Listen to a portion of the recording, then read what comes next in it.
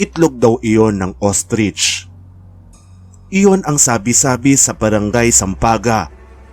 Nagulat na lamang kasi ang mga residente na may bitbit ng pagkalaki-laking mga itlog ang ilang bata sa kanilang lugar.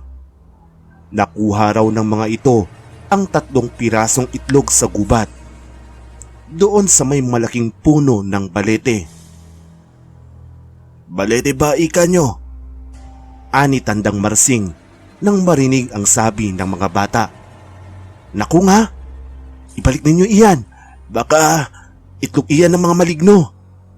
Paniguradong malalagot kayo sa mga iyon dahil kinuha ninyo ang itlog nila." Nagusot ang mukha ng malilikot na bata. Nagturuan. Nagpasahan kung sino ang nangunang kumuha ng itlog at kung sino ang dapat na magbalik. "Asus, naniniwala naman kayo kay Tandang Marsing," sabad ng binatang si Binoy. "Itlog nga lang iyan ng ostrich.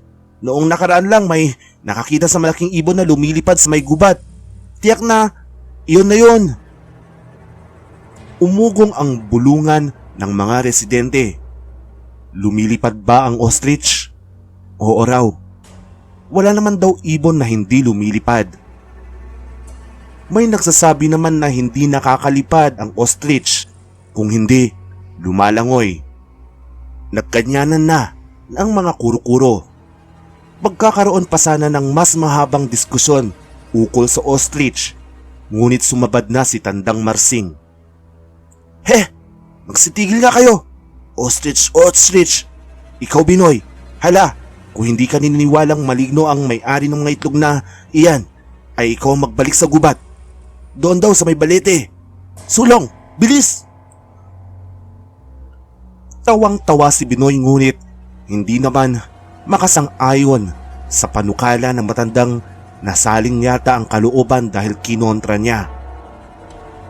Si Tandang Marsing naman, sa halip ay wika nito.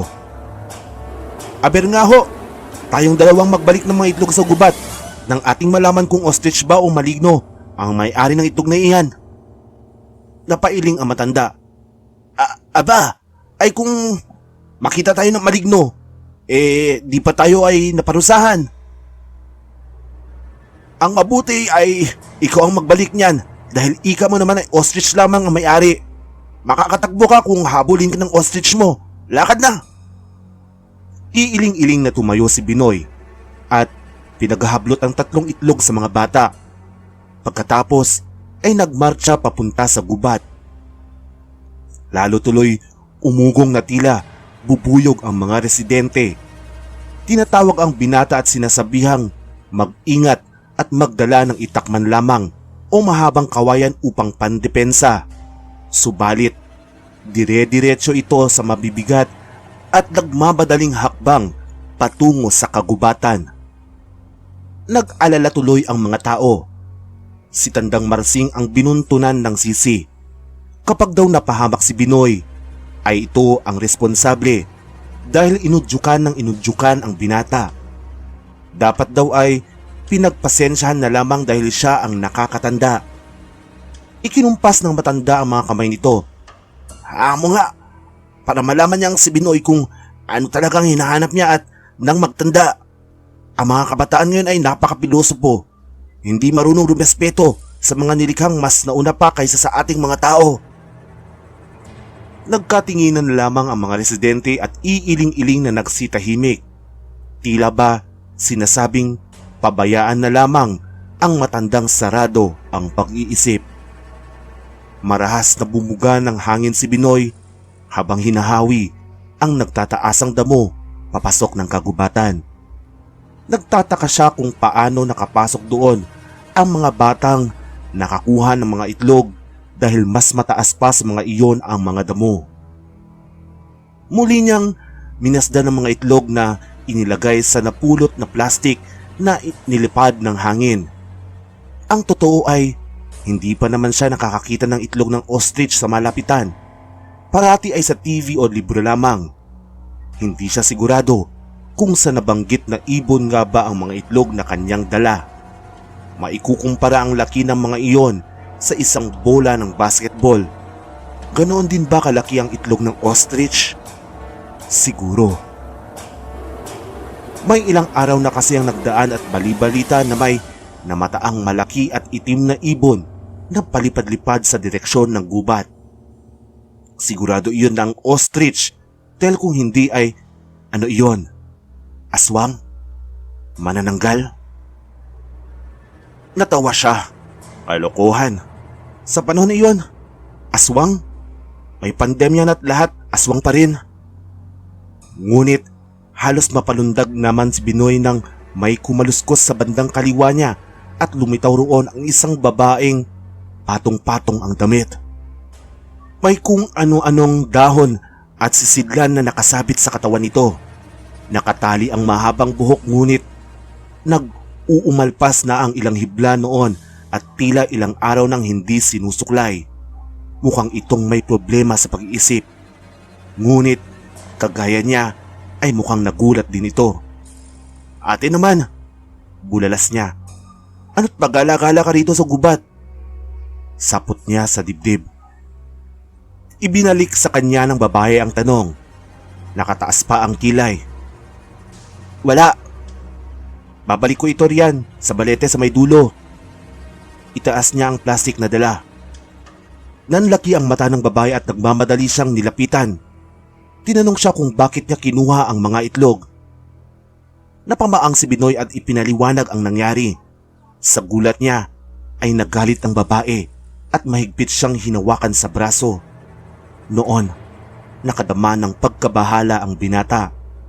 Naalala niya ang sinabi ni Tandang Marasing na maligno raw ang may-ari ng mga itlog. Hindi kaya ang babaeng kaharap niya ang may-ari ng mga iyon at ito na ang maligno? Nagpumiglas siya rito at paulit-ulit na humingi ng tawad. Ayaw siyang bitiwan ng babae. Patuloy lamang siya sa panlalaban ngunit napakalakas nito. Sa pambubuno nilang dalawa ay humagis ang mga itlog at tumama sa isang matabang puno. Kapwa, natigilan ang dalawa nang makitang nabasag ang mga iyon at lumabas ang laman. Pareho din silang napasigaw. Si Binoy ay dahil sa pagkagimbal at ang babae ay dahil sa galit. Walang ibang sinisisi si Mang Benicio kung hindi si Tandang Marsing. Dinig sa barangay Sampaga ang hindik na palahaw ni Binoy mula sa kagubatan. Nang magtakbuhan patungo roon ang mga nag-aalalang residente sa pangunguna ni Mang Bernicio na ama ng binata ay nahirapan pa ang mga ito na hanapin si Binoy. Makailang ulit na isinigaw ang pangalan ng binata, subalit hindi ito sumasagot. Hindi ito natagpuan kahit pa nga ilang araw na ang nakaraan. Si Tandang Marasing ang binuntunan ng sisi ni Mang Benicio, gayon din ng mga residente. Kung hindi kasi pinilit ang binata na ibalik sa loob ng gubat ang mga itlog, malamang ay hindi ito maglalaho ng parang bula. Si Tandang Marasing ang nagbuyo kay Binoy sa kapahamakang ito. Aba, bakit ako? Angal ng matanda. Ako ba ang malikot ang kamay na kumuha ng mga itlog? Hindi ba't iyang mga anak ninyo ang pasimuno? Pero ako ang sinisisi ninyo. Wala akong kasalanan dyan. Umugong ang protesta. Marami ang nagalit dahil alam na si Tandang Marasing naman talaga ang nagpumilit kay Binoy na magbalik ng mga itlog. Ngunit ayaw pa rin itong aminin, ni hindi man lang humingi ng tawad kay Mang Benicio. Hindi ko mapipilit si Binoy kung ayaw niya. Giit pa rin ito. Kung hindi palalo ang anak mo, Benicio, at may kahambukan taglay ay bakit sisigis sa gubat? Kasalanan niyo iyon. Kasalanan ni Nagkagulo ng biglang bigwasan ni Mang Benicio si Tandang Marsing. Sargo kaagad ang nguso ng matanda. Kung hindi pa ito inawat at inilayo ng mga kabarangay ay baka nagulpi ng husto ang matanda. Galit na galit si Mang Benicio. Si Tandang Marsing naman ay may pahabol pa. Mag-ama kayong ambog! Mabuti nga sa anak mo at nakuha ng nararapat sa kanya. Kinabukasan ay Isa na namang kahindik-hindik na pangyayari ang naganap sa barangay Sampaga. Natagpo ang naliligo sa sariling dugo si Tandang Marsing. Tad-tad ito ng saksak at taga sa buong katawan. Halos humiwalay na ang ulo sa leeg dahil sa lubha ng pagkakataga. May suspect kaagad ang mga pulis dahil sa katatapos lamang na insidente ng pananakit sa matanda. Ngunit sa kasamaang palad ay wala na ito. Si Benicio at ang misis nito. Hindi na mahanap ang mag-asawa at wala ring makakapagturo kung nasaan ang mga ito. Gayunpaman ay tikom ang bibig ng mga residente. Karumal-dumal man ang krimeng nagawa ni Mang Benicio ay hindi nila ito masisi. Kaisa-isa nitong anak si Binoy at sinisikap sanang mapag-aral ng high school upang maging marunong. Ngunit sa pambubuyo ng yumaong matanda ay tuluyang gumuho ang pangarap ni Mang Benicio para sa anak. Madalian lamang ang burol kay Tandang Marsing. Wala naman kasi itong pamilya kaya mga kapitbahay lamang ang nag-asikaso ng libing. Isang araw lamang itong pinaglamayan at kinabukasan ay inilibing din sa gulod. Hindi naglipat araw ay panibago na namang kahindik-hindik na pangyayari ang natuklasan ng mga taga-barangay Sampaga. Ang puntod ni Tandang Marsing ay hinukay at ang bangkay nito ay nawawala. Nahintakutan ang mga residente. Hindi na biro ang nangyayari sa kanilang lugar. Anong klase ba ng kamalasang yaong dumapo sa tahimik nilang barangay? Ngayon ay binabalot na ng takot ang lahat. Ang mga bata siyang kumuha ng mga itlog sa kagubatan ay napagbuntunan ng mga sisi. Magmula lamang ng pakialaman ng mga ito ang itlog sa may balete ay naletse na ang barangay Sampaga. Kailan kaya magwawakas ang lagim na iyon? Pangiwing-iwi man ay pinilit ang albularyang si Santina na gumayak upang ituloy ang naudlot niyang misyon. Lumabas siya ng kubo, eksaktong nag-aagaw ang liwanag at dilim. Sa kahit na anong paraan ay sisiguraduhin niyang magwawakas na ang paghasik ng lagim ng magkukutod. Isa iyong klase ng aswang na sinundan niya mula sa kanilang probinsya sa Pampanga. Kagaya ng manananggal ay nahati rin ang katawan noon at nakakalipad. Ang kaibahan lamang ay kaya noong mangitlog, ngunit sadyang kakilakilabot at hindi pangkaraniwan ang laman ng mga itlog na iyon. Mahilig din itong maghukay ng mga bagong libing upang iluto at kainin. Sa huling balita niya ay hinukay na nga ito ang bangkay ng matandang, dahilan kung bakit nasa gubat ang binatang nakausap niya ilang araw na ang nakararaan. Si Binoy. Nang makita niyang dala nito ang itlog ng magkukutod ay ganoon na lamang ang gulat niya. Nanganganib ang buhay nito dahil oras na mabasag ang mga iyon ay maaamoy iyon ng magkukutod at bigla na lamang darating na siya ngang nangyari. Ginawa niya ang lahat upang maipagtanggol ang sarili maging si Binoy mula sa pagsalakay ng magkukutod. Ngunit nasugatan siya ng malubha at doon na nga binalingan ng magkukutod si Binoy. Wala siyang nagawa kung hindi ang tumakas at magpagaling. Sa pagkakataong iyon ay sisiguraduhin niyang mapapatay na niya ang magkukutod na dumayo pa sa ibang lugar upang mameste. Naalala niya sa may puno ng balete sa dulo ng gubat daw, ibabalik ni Binoy ang mga itlog, kaya doon siya nagtungo. At totoo nga, nagsilbing pugad ng magkukutod ang sala sa labid na ugat ng puno.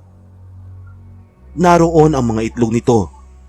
Bago niya iyon basagin ay inihanda niya ang mga kagamitang laban dito. Isang galon ng gaas at asin. Nagpalingalinga si Santina bago ipinagbabato ang mga itlog. Nabasag ang mga iyon at umalingasaw ang masangsang na amoy. Hindi naglipat sandali ay namataan niya ang paparating na itim na ibon, ang kalahating katawan na lumilipad na magkukutod. Nang malapit na ito ay dali-dali niyang sinabuyan ng pagkarami-raming asin. Hindi iyon inaasahan ng aswang kaya natanggap nito ang lahat ng asin. Umusok ang balat nito at umapoy ng bahagya.